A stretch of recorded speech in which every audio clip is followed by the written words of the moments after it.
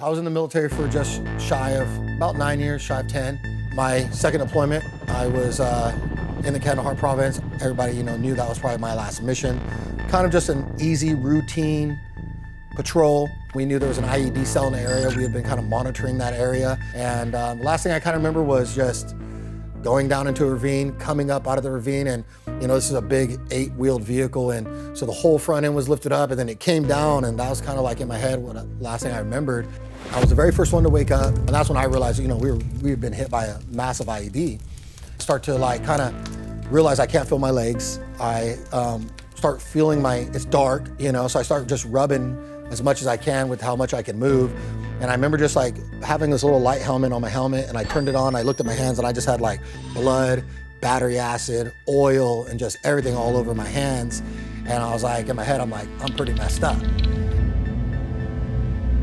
When they got me out of the vehicle, they swung me around the backside of the vehicle for just protection if there's any enemy or anything in the area.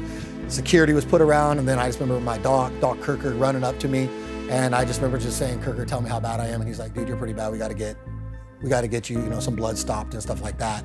Eventually, they got a helicopter to come and kind of land.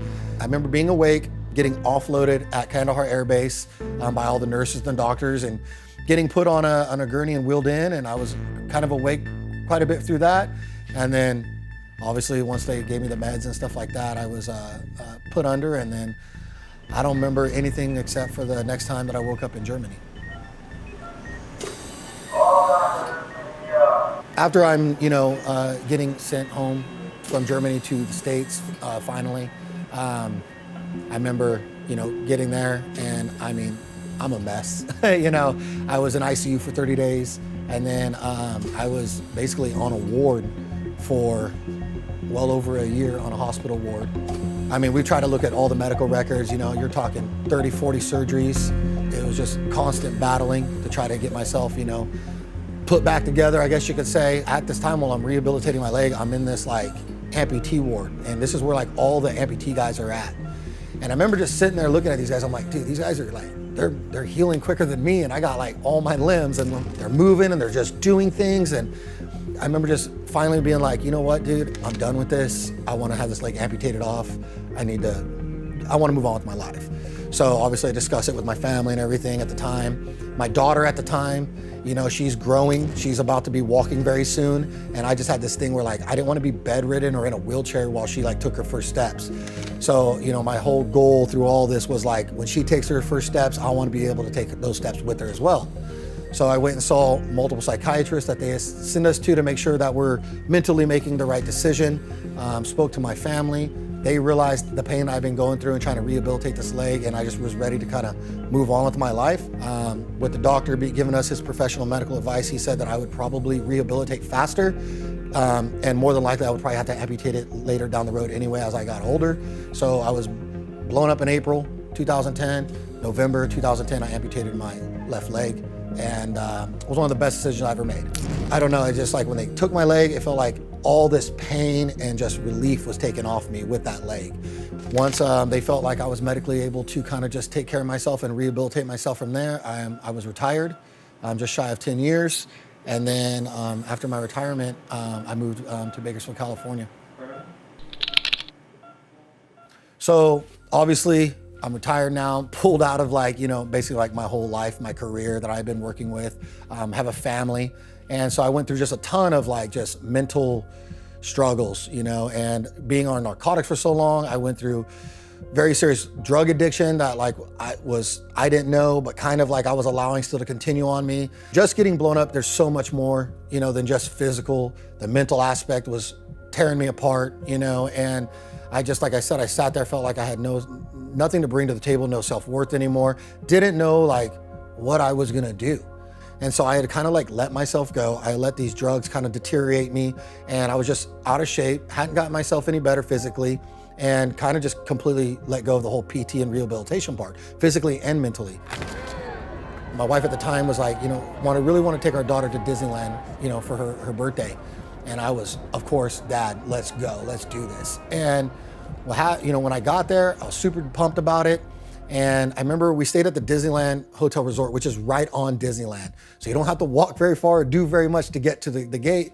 And so as we started walking to Disneyland, to the actual entrance to get in, we were walking by this bench and I just had to sit down because I was in so much pain. And with that being the pain thing, I was like immediately like, give me my pills so I can take them. Well, when you take these pills, they can make you agitated, they make you sweat. Along with the pain that I had, I was like sweating, and then I get more irritable because I'm uncomfortable. And so long story short, with the Disneyland thing, it was like, it's my daughter's birthday. We were supposed to be there for 3 days. We were really only able to spend like 1.5 days there because I was just such a mess physically and mentally. And I remember just driving home and like looking back at my kid and being like, I'm a shitty dad, and like everything that I was trying to do better for her, I'm not even doing it now. I was doing it then, but now I'm not doing it. There's no reason why I shouldn't be able to walk Disneyland. There's other amputees that are out there running marathons and things like that. The only reason is it's my self crap that I, allowed to just tear me down. And that was the turning point in my life where I'm like, from this day on, I will never be that person again. And I'm gonna do everything I can to get myself physically and mentally strong.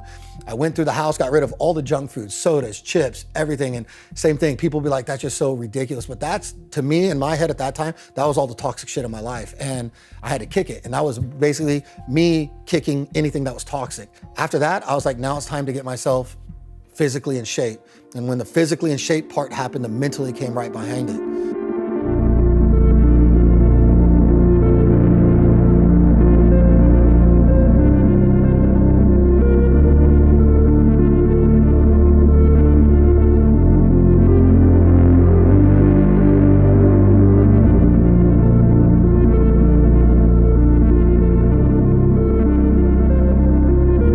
I just remember being still kind of embarrassed going into the gyms. I wore sweatpants all the time.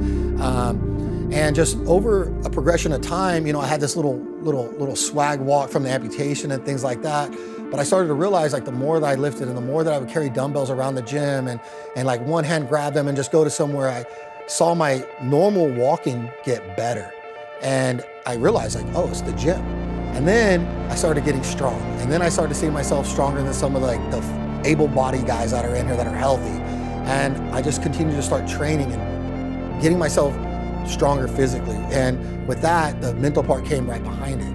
I feel like for me, one of the best things that I have is my mental space. I feel like my mentality is so strong. And I would say that derives so much from my military life, right? From the moment you become a private and you're at boot camp, that's their whole goal, is to make you strong mentally. There's been many times that I didn't think I'm gonna be able to do this. There's been many times I'm like exhausted and I don't wanna do it. And I just sit there and think I just think back to my military times. Well, damn, there was that time you didn't wanna walk 37 miles, but you did. There was that time you were sitting on top of that hill for 3 days, but you did. And that's the same thing when I'm sitting there and I'm like, I don't wanna do this deadlift, I'm exhausted. I just think about those times. And to me, the military built a very strong mindset leading over to this type of sport that I am doing now. I had like this greatest time of my life when we went to redo Disneyland again. And I remember we were at Disneyland, I'm in so much better shape and my mental state's a lot better. I had been off cold turkey pain pills, not even ibuprofen, for like over a year, haven't taken anything. And I remember just doing the same almost exact trip and us going to Disneyland and me walking right past that first bench I sat on. And it was just like a turning point for me to be like, oh, I'm not feeling nothing right now, and I smoked Disneyland for 3 days, and it was just that Disneyland trip. Those two were just the life-changing things for me, and I have my daughter to thank for that, and I just think that in life you got to see. Not everybody gets to see something traumatic, like for example, like me being the mess up that I was with my daughter at her Disneyland. Sometimes you got to really kind of see the small things to make the big things change in your life. And that little thing changed my whole entire life from here on out. And I've never looked back since.